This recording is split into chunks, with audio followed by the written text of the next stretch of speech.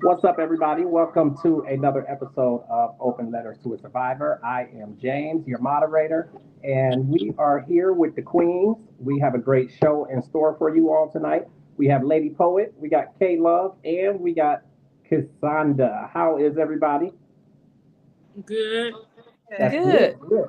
Listen, thank you guys for waiting for me. I was running, driving, trying to hurry up and get to the location so that we can get started. So I'm glad that we are here. I am just going to pass it off to Lady Poet and let you go ahead and get started. And let's do it. Thank you. Okay, thank you so much. So, as everyone knows, that this month we were talking about chronic illness as it relates to mental health, and unfortunately, our guest for tonight could not join, so we she will be rebooked for a later episode. So we do just send her all the love and prayers with her being sick tonight, actually. So we send you all the love and prayers tonight. But however, as us being the host of our show, we are survivors of different things, all of us. So we're going to do another panel discussion. So anybody watching today, feel free to join in. Feel free to like, comment, share, subscribe, and send your own. If we touch on something that you may be going through or dealing with, feel free to just comment. We're open and we're here to talk. So, of course, as it always goes, we'll get this started off with our letter. And Cassandra, I'll turn it over to you. Awesome. Thank you so much, Lady Poet, and good evening to everyone. Can I just say really quickly, I'm looking at the black and white palette we got going on today. Yeah. Without it being plain, you got the solid, and Miss K Love combined it together. That's when I say when we All all on right. one accord is everything. So, That's right. yes. All right, I just noticed that. So, good evening, everyone, and thank you for joining us this evening. I'm going to go ahead and get us started with our Dear Survivor letter.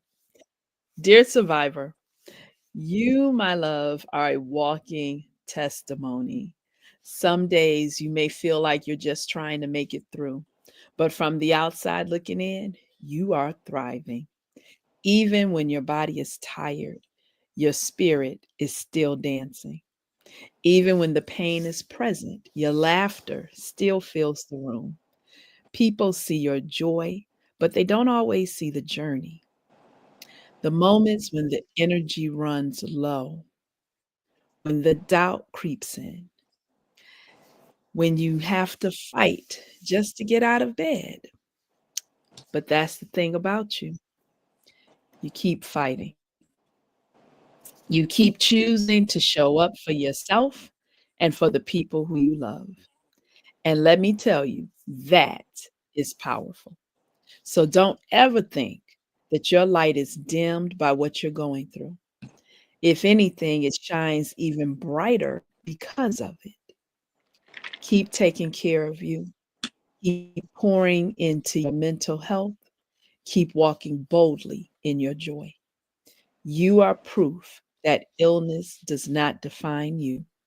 You define it. Take care and be well as you elevate along your healing journey. Sincerely, Lady Poet Speaks, K Love, and the entire team of Open Letters to a Survivor, and me, Cassandra Williams. Thank you, thank you, thank you. I actually love that today. So when we do have that guest, that letter speaks directly to her. So we'll be asking you to do that one on replay, okay? Oh, absolutely.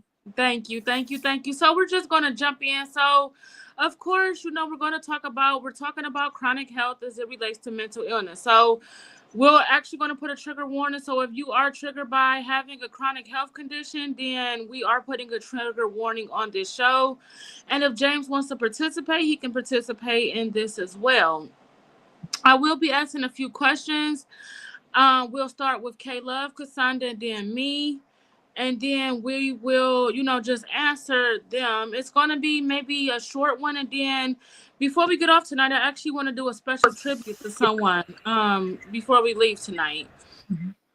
So the first question is, what chronic illness have you either dealt with in a family or do you personally have? And we'll start with Caleb and we'll go and then just explain it and maybe how it makes you feel. Not even as it relates to mental health. It could be physical as well.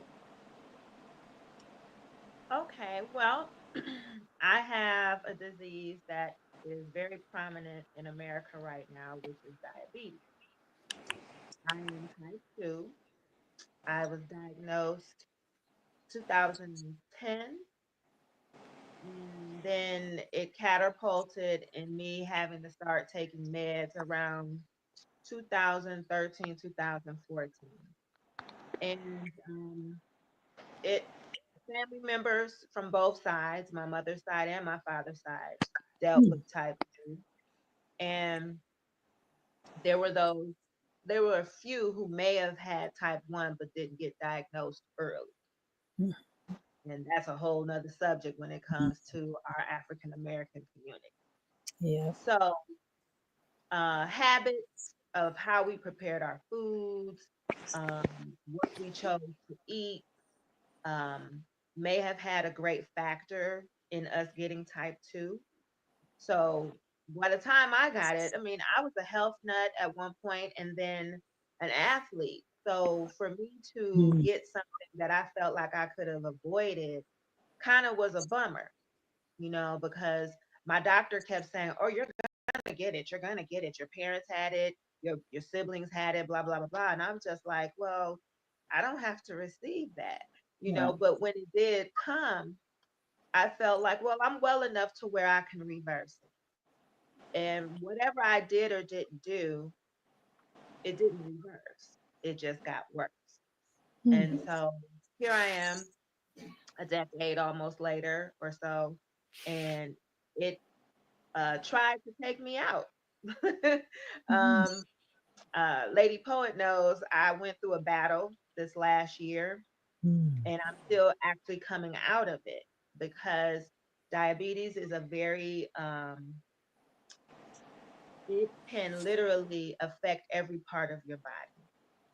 It can tear down everything, your organs, your skin, your hair, just everything. Mm. And it can be unpredictable sometimes. And even if you're doing well with your medications, it can change on you without any type of warning.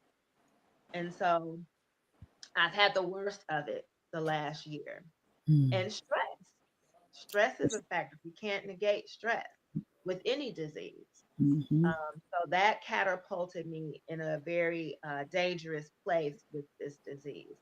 Because if anyone understands diabetes, my A1C was 15, and that's ridiculously high, which means I was just not well, walking around doing what I do every day and floating away because I was literally urinating out sugar, which meant I was losing weight rapidly and just never feeling good, aching, sore, tired. I was being tested for a multitude of other diseases when it was really just the fact that my diabetes was not in control. Mhm. And so because it can go up and down and you can be up and down on a roller coaster with it, trying to figure out the right medications to take or not to take, or your diet or your exercise. If you're not living that type of lifestyle, it's difficult for Yeah. you to switch up. And now I got to worry about my food intake, and then I got to figure out how I got to incorporate exercise into my life when that Mm. was never a part of my life before. And for someone like me who was once very much into my health and very much involved in the athleticism, that made me extremely depressed Mm. because I'm thinking that should never have happened to me. This should have never touched me because I was good at watching what I ate. I had a Mhm. desire for healthy food and Mhm. I worked out. So why did it still happen? And then why did it get to a point where I had no control? So it left me feeling very low, very depressed, feeling like I'm being defeated by this disease that's inside of me that I can actually control, but yet I'm not able to. And then on top of that, being a woman, being an older woman, and your hormones are changing, that affects all of that as well. And just a sidebar, a lot of Black women get misdiagnosed with Mm, diabetes because of our hormonal changes. And we end up not getting diagnosed as early as we should have because it can, uh, the symptoms can be of something else, and it really is diabetes or mhm, vice versa. So it's just a lot that comes with this disease if you don't get it under control. And there's so many drugs out here, and you just don't know who to trust, what to trust mhm, in order to get it under control. And I feel for anybody who's a type 1 because I'm going through this as a type 2. Just imagine being a type 1 from birth. It can really tear you up. And so mentally, you have to wrap your mind around what it is you need to do to take mhm, your health seriously so that you can figure out what works for you. Because even though it's a familiar disease with a lot of people in this country, everybody is different in what works for them and how to manage it and maintain a healthy A1C. yeah, So that's the struggle. And it make because you're tired and because you got to take so much medication just to get it elevated or corrected, I should say, to get your blood sugars corrected. It's just a balancing act that you really don't want to be bothered with because you got to constantly think about it. You got to mhm, constantly figure out what you got to do to make sure that your A1C is under control and your sugar is under control because it can cause other issues. You can get neuropathy, you know, um, where your cells are not operating and your nerves are damaged, mhm, or good cells are not being regenerated and your nerves are damaged.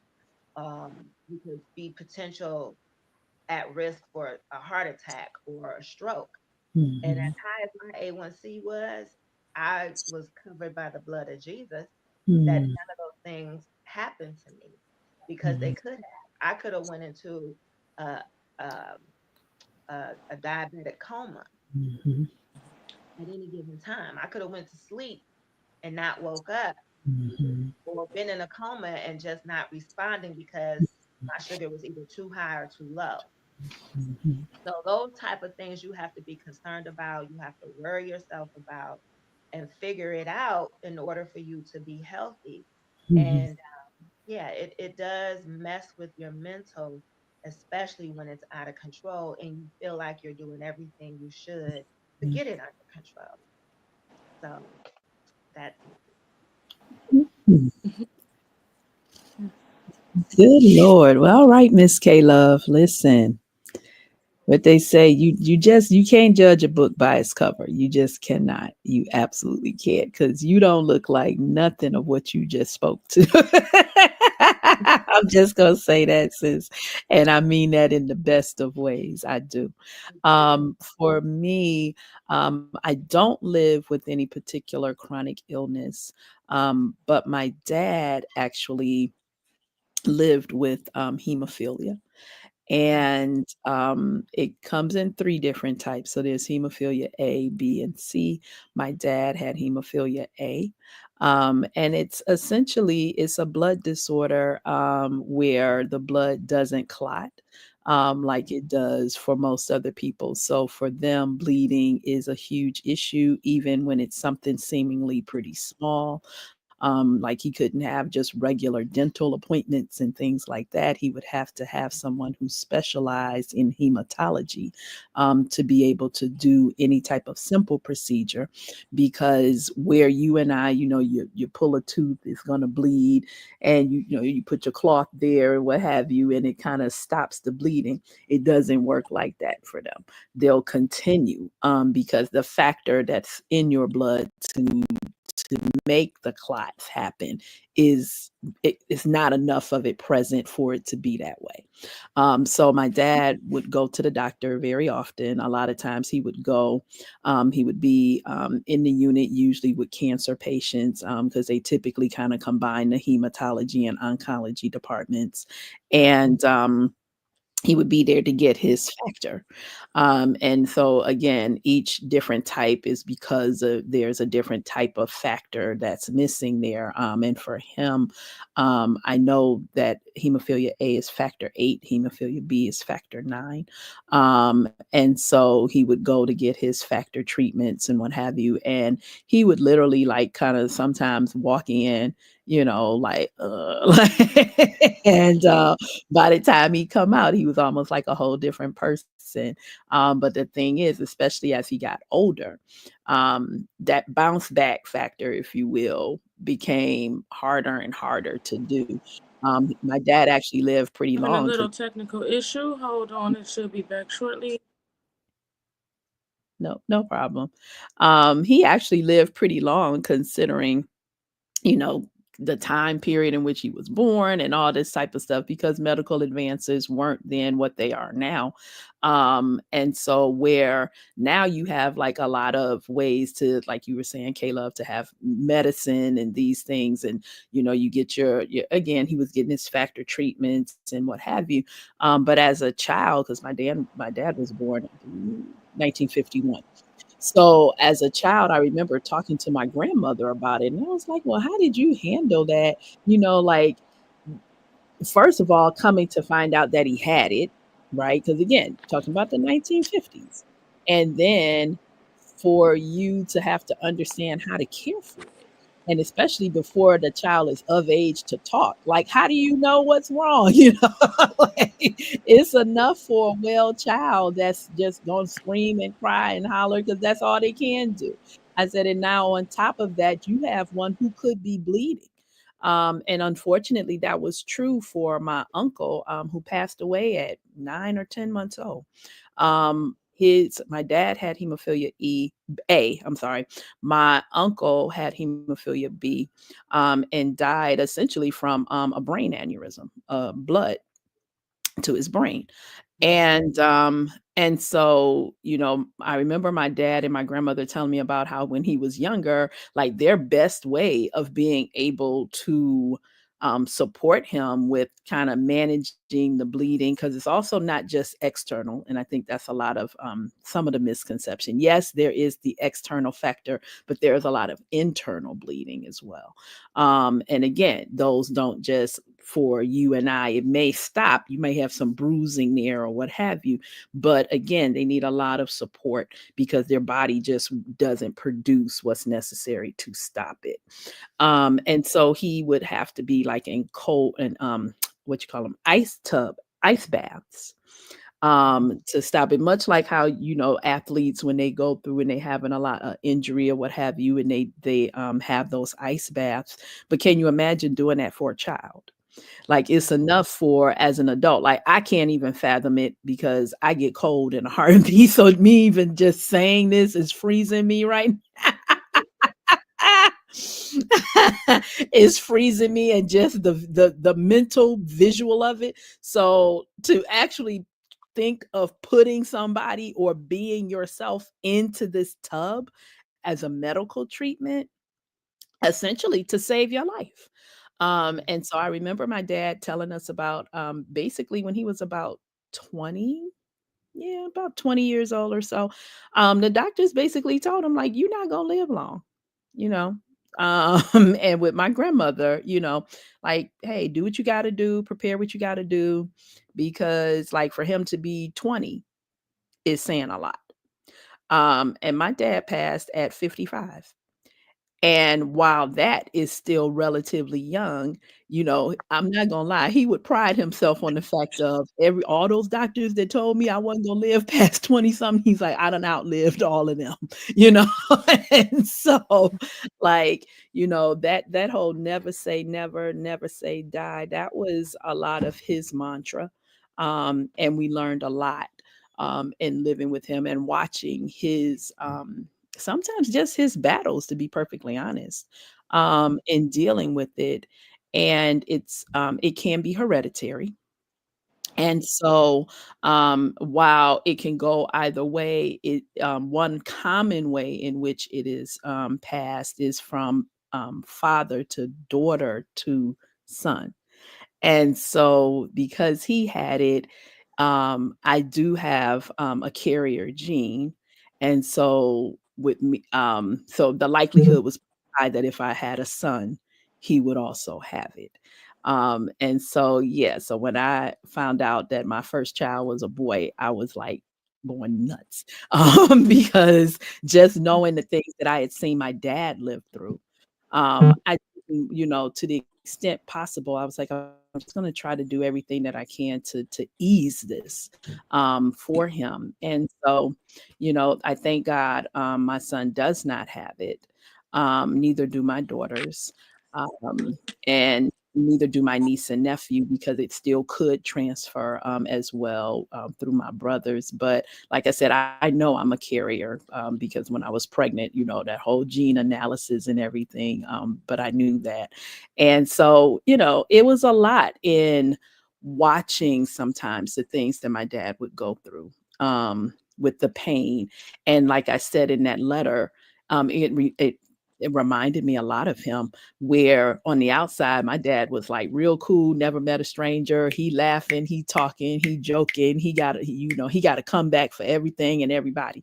But behind, behind closed doors, he's like, okay, I'm going downstairs. I'm in the basement. Sometimes he might make it down those steps. Sometimes he couldn't because he would have over time arthritis and all these different things from the bleeding between the joints and what have you.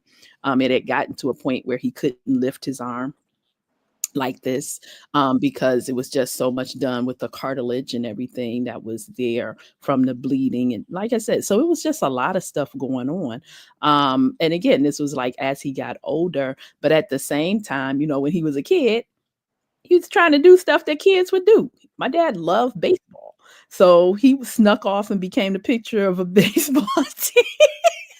And I say snuck because how did he get found out? He got hurt. Who had to take care of him? My grandmother.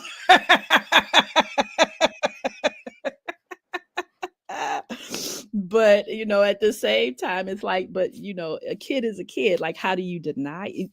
So it's like all of those things. He was homeschooled a lot because he would be hospitalized.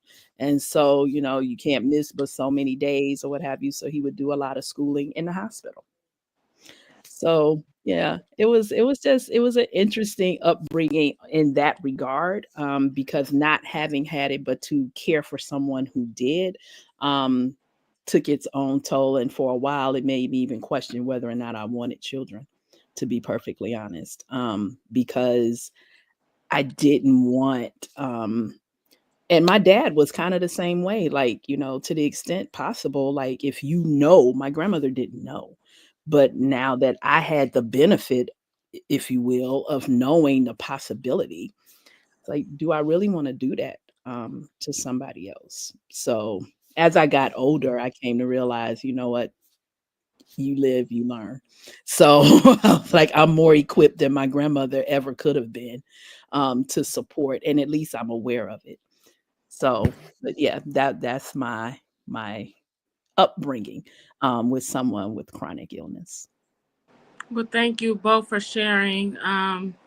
So I guess I'll share mine now. So back in 2017, I'll say, K Love and I were working at a local hospital. As we talk about it all the time, that's actually where we met. And in doing that, I get like really, really, really sick. Where like I could be cleaning, we were doing housekeeping, so I would clean a room and then I would be extremely hot to the point where I'm sweating, or I'll get really cold and my skin feel like it was like just burning because I would be so cold, and then I would throw up and all of this, and then I would have like this monster hunger, like to the point where it'll be my lunch break I'll eat and then I'll clean the room. So, as anybody who does housekeeping know, it takes about 45 minutes to 52 minutes to clean a room. So just imagine you eating lunch and then in 52 minutes you're hungry again. Like, that's what I dealt with.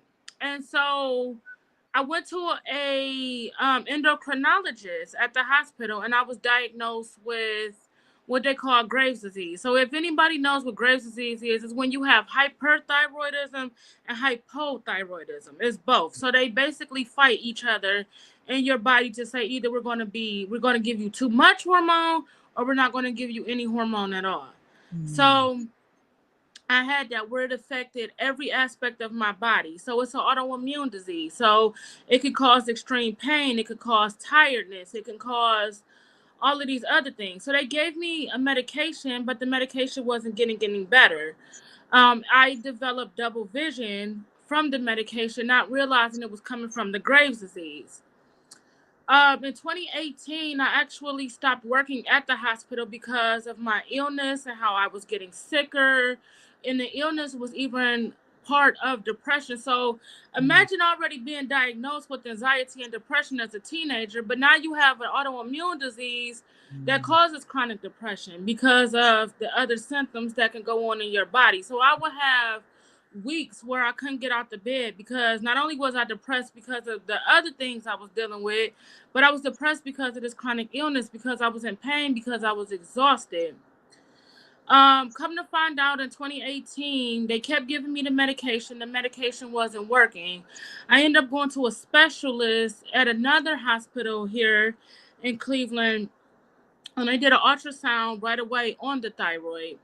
When they found it, I had 13 nodules in my throat. And of the 13 nodules that I had, 4 of them were cancerous. So going from having 13 nodules being fine just with the autoimmune disease to eventually finding out that you have thyroid cancer. And they went from there to, and at first they were going to say, okay, well, we can do radioactive treatments where we can just shoot the iodine and kill it. But then with my history of having the Graves' disease, and see, this is the reason why you listen to God when God is talking to you. I had a lot of family, don't get the surgery, just let them shoot it with radioactive iodine, let them kill it, let them kill it, let them kill it. So after dealing with that and talking to them and them actually doing the ultrasound, because I had the eye problems, if they would have put the radioactive iodine in me because I had the Graves' disease with the thyroid eye disease, I would have went blind. It was like a 90% chance I would have went blind. So the best thing they can do was take it out. In order to live successfully, you need to have one parathyroid, because all of my thyroid had nodules in it, and 3 parathyroids, because we have 4. And my thyroid, they did a total thyroidectomy and took out everything but the 1 parathyroid I had left. That caused me to, thank God that they got the cancer, but it caused me to be in a state of extreme sickness. So the not being able to take heat, if I'm like heat exhaustion, like I would get it quickly. So if my body, I could go from it being, actually it's funny because K-Love laughs at me all the time because it can be snowing outside, which it is here in Ohio and Cleveland where we have a snowstorm, and, and I could be burning up. but due but due to my Graves' disease, I have heat intolerance where if I get hot, I can literally pass out. Like I'll get that sick from being hot and in heat. And so that was one of the things that, yes, I don't have the cancer, but I still have the immune disease. That also caused me to gain 100 pounds. So, and I was also having SVTs, which means my heart would go from being normal 90 beats per minute to up to 240 beats per minute. So going through the hospital 5 times in 1 year, I end up having to have a cardiac ablation as well, where, they had to put a tube in my heart and do a surgery to stop my heart from beating so fast. So having Graves' disease and having thyroid cancer caused that. But yeah, it cured the cancer, but I'm still left with the immune disease afterwards. So that is what on any given day I can have a symptom. It comes with the headaches and the migraines, the double vision, oftentimes that I still struggle with periodically. that I have to deal with. So I'm gonna say it one time for everybody watching the show that know me. Next time you ask me why I didn't drive for a long time, that is why. Because I had double vision and I never knew when it was going to happen. And it was so bad sometimes I could go from seeing 20/20 to not being able to see at all. So that was the what I dealt with for many years.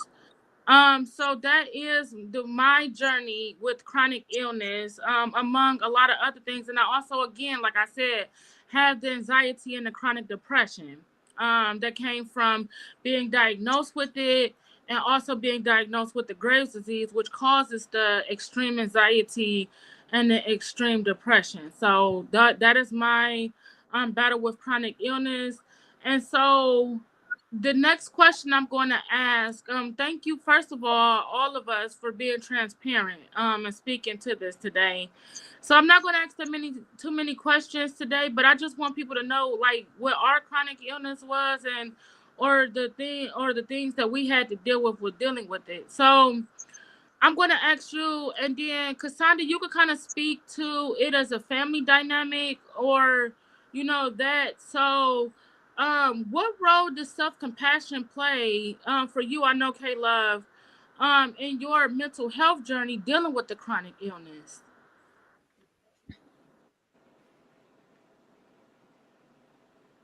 You want me to go first, or? Yes. Oh, I'm sorry. Repeat that for me, please. What role does self compassion play in your mental health journey pertaining to the chronic illness? Self-compassion. Well, first you got to get some. You got to you got to have compassion for yourself, Yeah. so that you can get through whatever disease it is that you have that is causing you to have a mental breakdown. Most cases, we're the hardest and worst patients for ourselves. We may be able to take care of a whole bunch of other people, but don't have time or compassion or concern for ourselves. And so for me, I had to learn how to step back and take a look at what I was dealing with. Or as my doctor would tell me, you need to take your disease seriously. Okay, thanks. Um, I don't want to die sooner than I am supposed to. So of course I'm going to take it seriously. It's just, give me a minute, to wrap this around my head that this disease is also considered an autoimmune disease, and I can control it and possibly be blessed enough to get rid of it. But give me a minute. And so it took a long while for me to have some compassion for myself, not beating myself up for not doing what doctors would tell you is the necessary thing for you to do in order to control or get rid of the type 2 diabetes. If you catch it early enough, as they say, pre diabetics have the opportunity to do whatever is necessary to get their A1C under control. And if you don't know what an A1C is, it's really just the history of how much sugar is in your blood. And they do that over a 3 month period. They look at it over a 3 month period to see how much sugar has been flowing in your bloodstream, because we are supposed to be able to cleanse that out. That's what your kidneys and your liver and your pancreas, they all play a role in all of that. And so the compassion for my health and my disease really just came from me looking at family members and friends, and even some of my patients, because I do work at a hospital and I get to see the different damage that this disease can do. Uh, People losing limbs, um, people getting in a coma, people developing heart failure or AFib because their disease has been controlled for so long. So there's a multitude of things that this disease can actually do to you. And so if you don't have it under control, you're liable to get one of those things.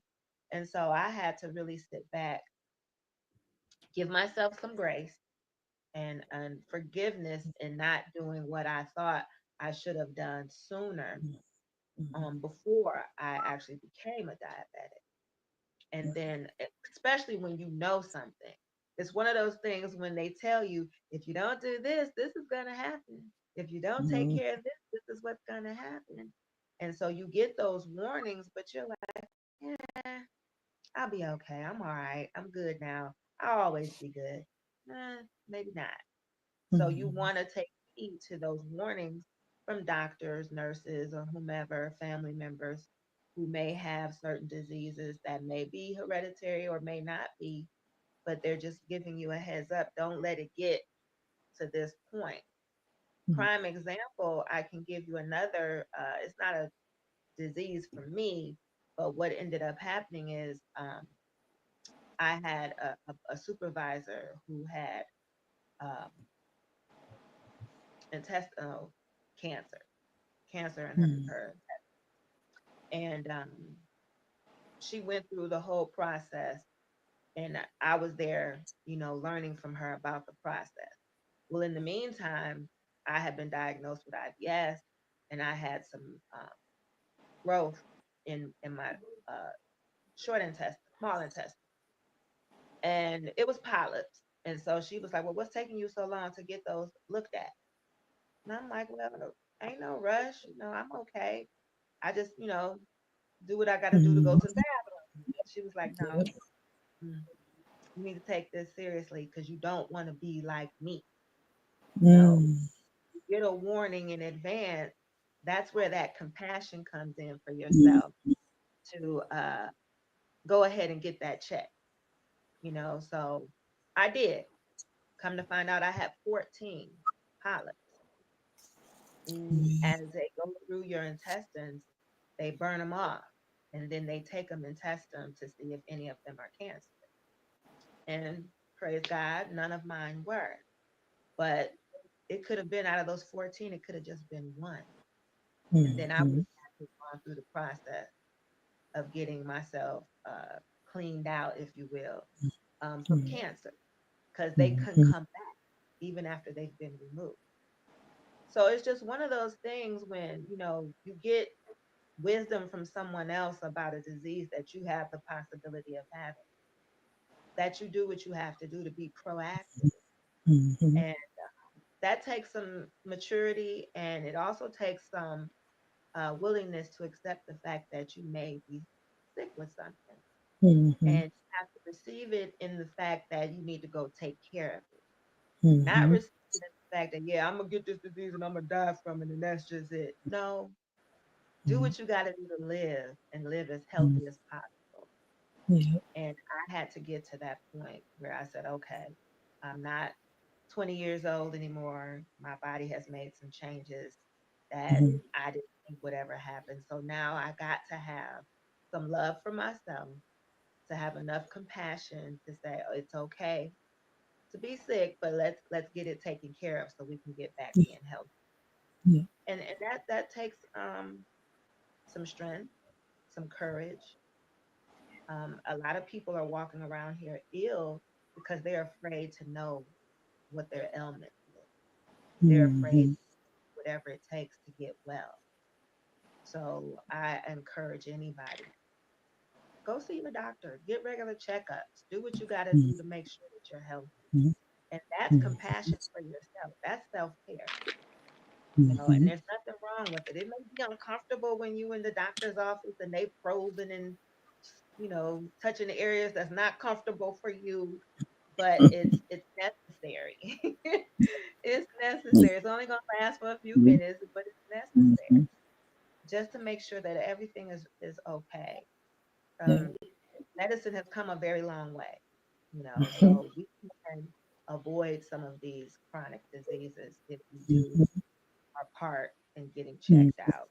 And so Mhm. that's imagine being mature enough and responsible enough and brave enough to go ahead and get yourself checked out. Mhm. And so that's where I'm at now in my life. Yeah, it's all about my good health. Thank you. And Cassandra, you can probably speak to like compassion, even maybe the compassion you saw your dad maybe show himself, and the compassion Mhm. that you guys showed him with pertaining to his chronic health issues. Mhm. Like I said, it was a lot, especially for me because I'm the oldest. It's three of us, and so though me and my younger brothers, we're 4 years apart, but I still saw more of the complete kind of adult life journey, if you will, for my dad. When I was born, he was 25. And so, like I said, he lived to be 55. And so, I saw all of that journey. And so seeing him from a younger man who, um, my dad used to be a security officer, right? And you would think like, why do that type of job? Like when again, the risk of for him, injury meant something totally different than what it means to the average person.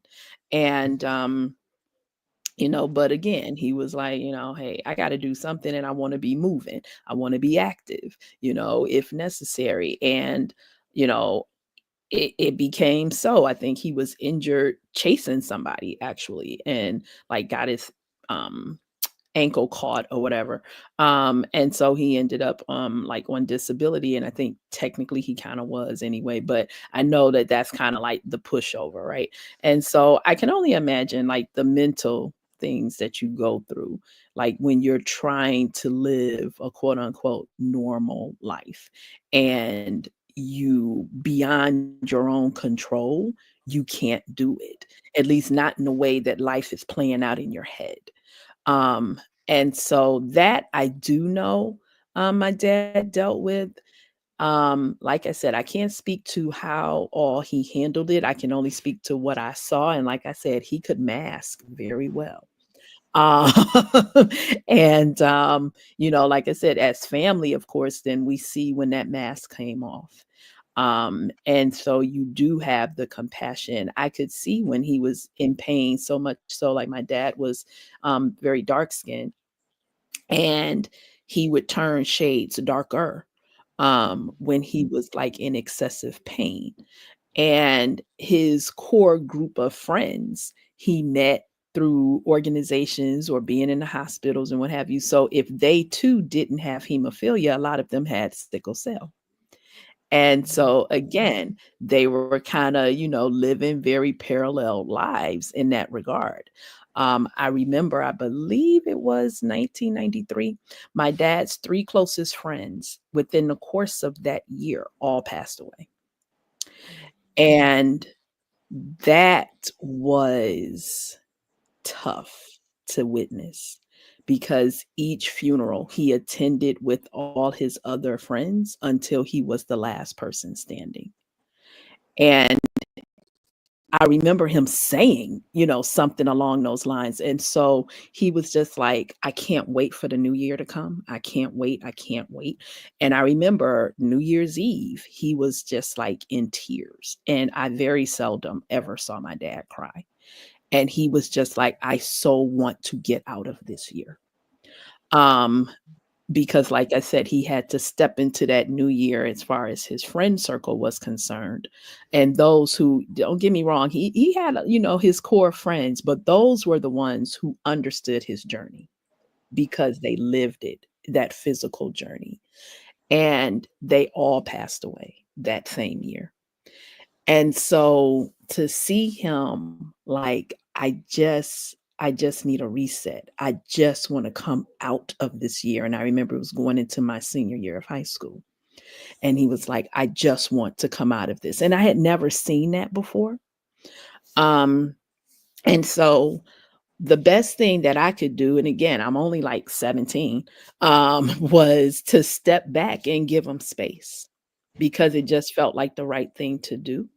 But to also say, hey, I'm here. I think all of us as a family um, gave him that, no matter what it is that you need, if you need to talk, if you need to, but again, this is 1993, 94. My dad was born in 1951. That aspect of going through mental health therapy wasn't a thing. because it wasn't considered or regarded then as it is now. Then the stigma was you're crazy, right? And so his whole thing, I might be hurt, I might be going through, but I ain't crazy, you know.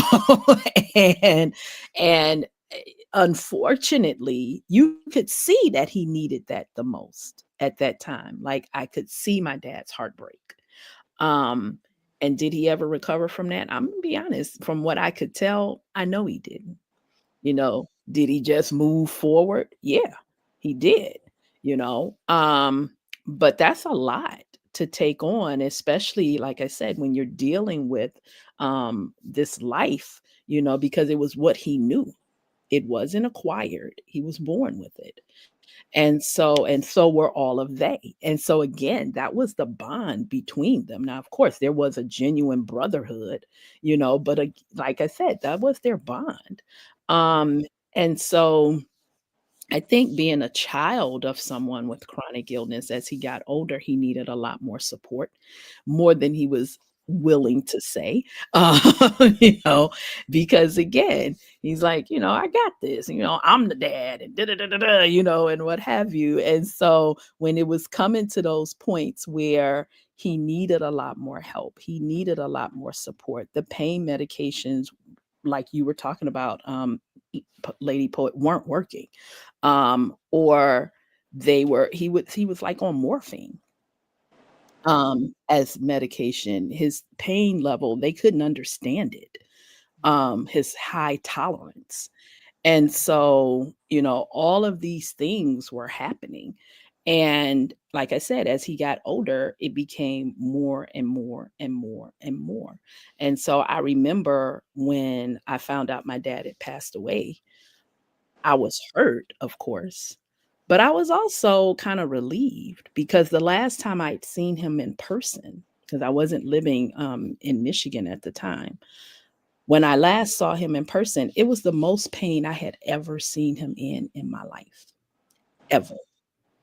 And I never wanted to see that again. Like he was screaming out and all types of like I had noises that I could not fathom.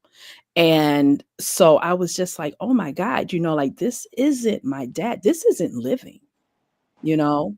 And so I felt a peace in that he was at peace, that he was at rest, that he wasn't having to live this life, you know, in that body, going through that level of pain. And at the same time, in this mental state of like the things that he could envision himself to do, but was limited physically to be able to do. So I think, again, as a family member, give space and give grace. Thank you, thank you, thank you. And so, one of the biggest things I still struggle with now is self compassion. Mm, And that is one of the things that even K Love to this day tell me. If you tired, go lay down. If mhm, you need this, you as a team, I think all of y'all get on me about that. Cause I could just keep going and going and going, and then I feel like I'm gonna fall out, or I'm burnt out, or I'm, you know, this or that. But I have to realize, like, I have a immune disorder, so I have to be able to rest. And a lot of times, we as people and women, I know, for that matter, feel like rest is some sort of crime or something like that. And I mhm, think learning to give myself compassion and grace, that when I'm tired, it's okay for me to lay down. It's okay for me to say I can't go do this today because I just need rest, mhm, and because my body is constantly going. And it's okay that if I go to the doctor and my numbers say that my thyroid numbers are through the roof, and then I go back next week and I'm not producing any thyroid numbers, like, it's okay. It's okay to have a bad test day because I got to get tested every 6 weeks. You know, it's mhm, okay for me to do that. It's okay for my medicines to be adjusted. That does not mean I failed. It just means that the journey is a little bit different for me. Maybe these next 6 weeks, and they may be 6 weeks from that. So it's learning to give myself grace in the process of healing through that. mhm, And I think that's one of the things that I learned, and one of the things I still, because I always feel like if I'm laying down, I'm lazy, I'm not doing anything. But no, literally, I'm fighting my hardest by laying here. mhm, So I think that that's one of the things I struggle with. K-Love, your face crack me up all the time because your facial expressions. And so I do want to just keep this one short. This is the last question I'm going to ask. Mhm. And this is something that we can all give, and this is a short answer, maybe like a sentence or two. If somebody else may be feeling pain, maybe feeling something, but they're scared to go to the doctor, what advice would you give them? And I'll Get start with over that one. Mhm. I'll it. Get over start. it. Get over it. That was quick and to the point. Get over it. Um, I would tell We don't you, have time for you to be afraid because Mm. right, this is your life. So right. yeah, get over that fear. Get to emergency or a clinic or somewhere. Or even if you don't want to go, at least make a phone call. They have a nurses hotline. I'm sorry, poet, lady poet. I know you said you was gonna go first. My bad. No, But it's fine. yeah, just call somebody to get some advice as to what you should do based Mm. upon your symptoms. There's always someone that you can talk to or someplace you can go, but you got to put that fear to the side because fear is what is keeping you sick. Make it make sense. Fear is going to keep you ill. Fear is going to stir up all type of symptoms in you, and you don't know what's wrong, and you're Mhm. never going to know until you go and find out. Mhm. Right. And UG Digital did say sometimes offering to go with them helps tremendously. And I know that that could be true. Like, when I'm scared, because when I got those results after they did the biopsy and I went to the hospital by myself, I didn't have nobody. And the scariest moment I had was calling my mother and telling them, yes, it was cancer that they found in my thyroid. Mm. But they feel like they got it all at the same time. And being tested every 6 weeks since 2018 is not fun when you got to get poked with a needle, but it's necessary. I tell everybody it may not feel good, but it's for my good. So I'll tell you, it may not feel good, it may be scary, and like K Love said, get over it. And I'm gonna tell y'all might want to censor this, but put your big girl panties on and your big boy underwear on and get to the doctor, because the only way that you be strong, and sometimes being strong is having the courage to admit when Mm. you need that help. So that's what being strong means. So go ahead and do that, because you know what? In our communities, we don't take care of ourselves like we should. So, get ready, get with it, and whatever they tell you, be ready to fight. Whether it's good news or bad news, be ready to fight. And so, Cassandra, I'll leave you with that advice that you would like to give. I would just say, in addition to what you all have already said, is, and I know this may be, again, easier said than done, but again, from a child of someone with chronic illness, look outside of yourself, because hereditary things, you may or may not know that what you have could pass on or has this capability. And whether it does or it doesn't, other people in your family close to you deserve to know, right? Because again, that family history is huge.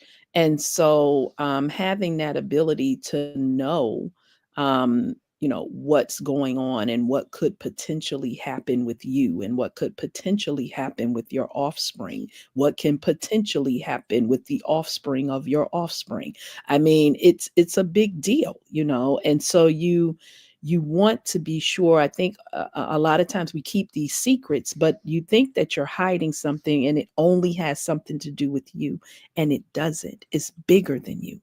It's bigger than you. And so in that regard, you owe it not only to yourself, as both ladies have stated, but you owe it to your generations of people around you, whether you have children or not.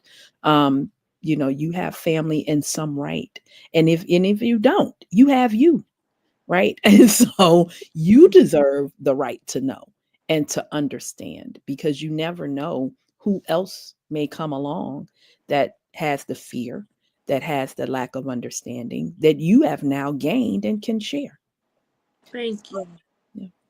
Thank you. And that was some nuggets. And those nurse lines that K Love talked about, we do have resources for them. I do have two For Cleveland, if anybody's here, I have Metro and I do have Cleveland Clinic. So if anyone needs those, you can reach out to us at openletterstoasurvivor@gmail.com and we can get that. Cassandra, I know it may be able to do some research for those numbers, as well, for you. So we can get that taken care of if you guys need those nurse lines just to get somebody to advocate. And if you need one of us to go to the doctor with you or just pressure you to go, and be your accountability partner, we don't have a problem doing that. Did you go to the doctor yet? We'll set an alarm clock to do it for you. So, with that being said, we want to do our spotlight, our let's go to therapy, and then I'm going to close because we don't have Tim on yet. I know the weather is bad, and he works at a very public place, so he's probably busy at the time. But and it says Luciana says having these conversations with your children and getting them tested at an early age is important as well. Yes, and it is. It's very essential because the earlier the better it is. So we want to go ahead with that, and then I'm going to close the show with a special tribute for tonight. Okay, so let's do our spotlight.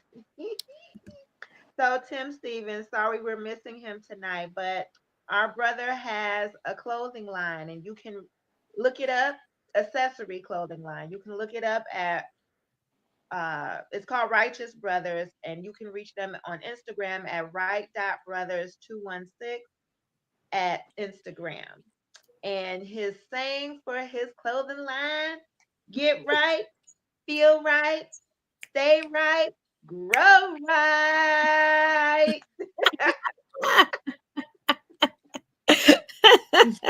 I know he is sick of me. But anywho,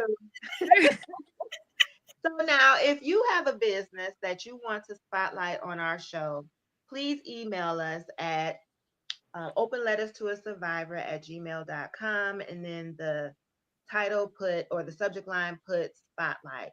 And as soon as we get your information and we contact you, we'll put you in our spotlight. Okay. Now let's go to therapy. As you know, we all are about therapy. We are all about healing and healing together. So we have two wonderful therapists. First, let's talk about Miss Belinda at the Cleveland Health and Wellness Center. She is for our community. She is of our community, and she is specializing in trauma, and she's a fabulous therapist. We love her to pieces Yeah. around here. You hear Yeah. me?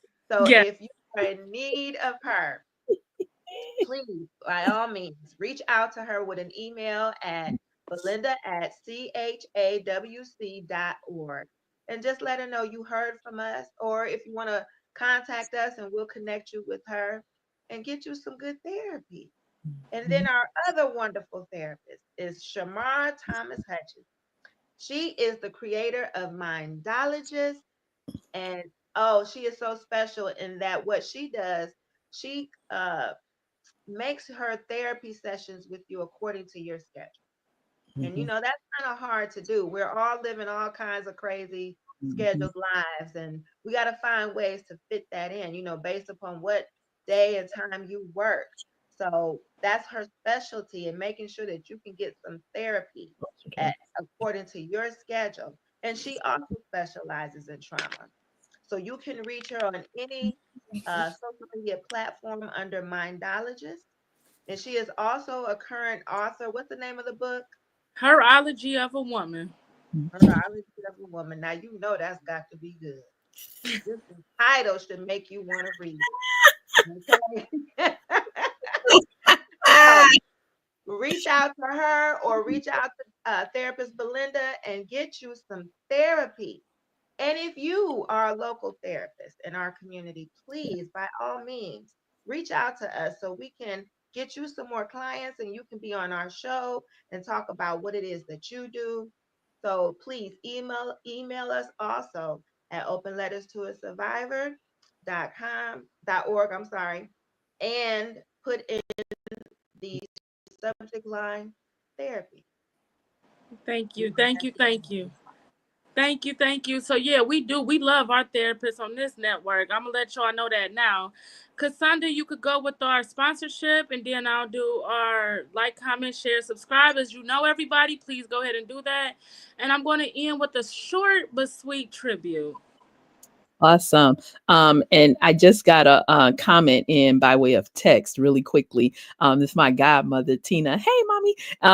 She said she added to about the chronic illness things and what have you, because she also lives with chronic illness. She said, have your list of questions and don't be afraid to ask anything. You are your own advocate. I love that. That was some nuggets. Yeah. And so, with that, I am going to lead into our sponsorship spot. And so, again, we are asking that you empower our mission. Open Letters to a Survivor seeks sponsors to help us shine a light on mental health issues within communities for people of color. Together, we can create lasting change. If you are interested in offering a sponsorship opportunity with us, please email us at openletterstoasurvivor@gmail.com and put in that subject line, sponsor. Thank you so much for that. So before I'm going to get started, but I'm not going to cry, I promise. So I often talk about Open Letters to a Survivor being something that K Love and I talked about some years ago. It was originally going to be a book, and then the book just transformed into more. Back in 2011, and if you guys say anything, it's gonna be a problem after the show. No, I'm just playing. But in 2010, I graduated high school, and I wanted to do something where I gave back to the community, because at that time I was diagnosed with the depression and the anxiety. And I came across a community advocate and activist, and her name was Natalie. So if anybody ever heard me talk about Natalie, that was her. She was my business partner for more than 10 years. She was an older lady, I was younger, and we worked good together because she can reach out to the older crowd while I in turn talk to the youth. So it was a good thing. She didn't mind being around me because I was young. You know, sometimes we would bump heads, but at times when you're passionate about things, bumping heads is okay. We'll bump heads, and then an hour later, okay, look, I got another idea. Let's go to it. Let's get it done. And so, lo and behold, and I'm not going to get into it because that was for her family to do, but she had a lot of chronic illnesses, but she never let that stop her from fighting for the community, to mentoring the girls, to having, I remember her having a Christmas Kwanzaa affair, and being so bad that her standing, she can hardly breathe, but she was still emceeing the event. And when I talk about strength, she was strength, the epitome of strength to me. And she was big on jewels. So, you know, she had a program called Empowered Jewels, and so she always would call you a diamond or a ruby or a amethyst or whatever you were pertaining to that age group. That's who you were.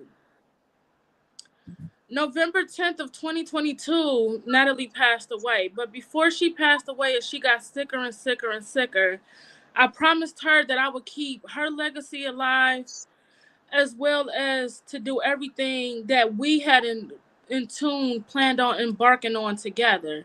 And that was mentoring, and that was changing our community one step at a time.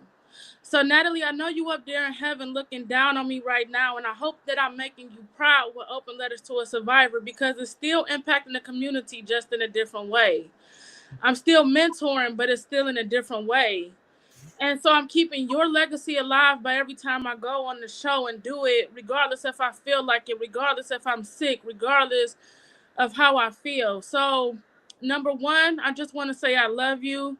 And number two, rest on Queen Diamond, Natalie Fenton. I love you, and I'm doing this for you. And we surpassed 50 episodes because of the promise that I made to you. So I just want to say I love you. And chronic illness was something that you always wanted to talk about. So that's why we had this listed today.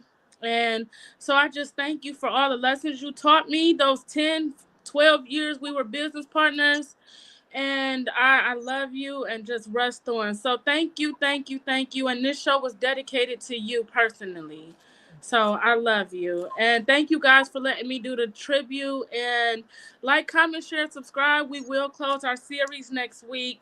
Hopefully, I'll get it okayed and I'll show a picture of her at the end. I just want to get it okayed by her family. So we'll put that on next week's show if it's okay. So thank you, you guys. Thank you for tuning in. Have a good night. Bye. Bye. Bye.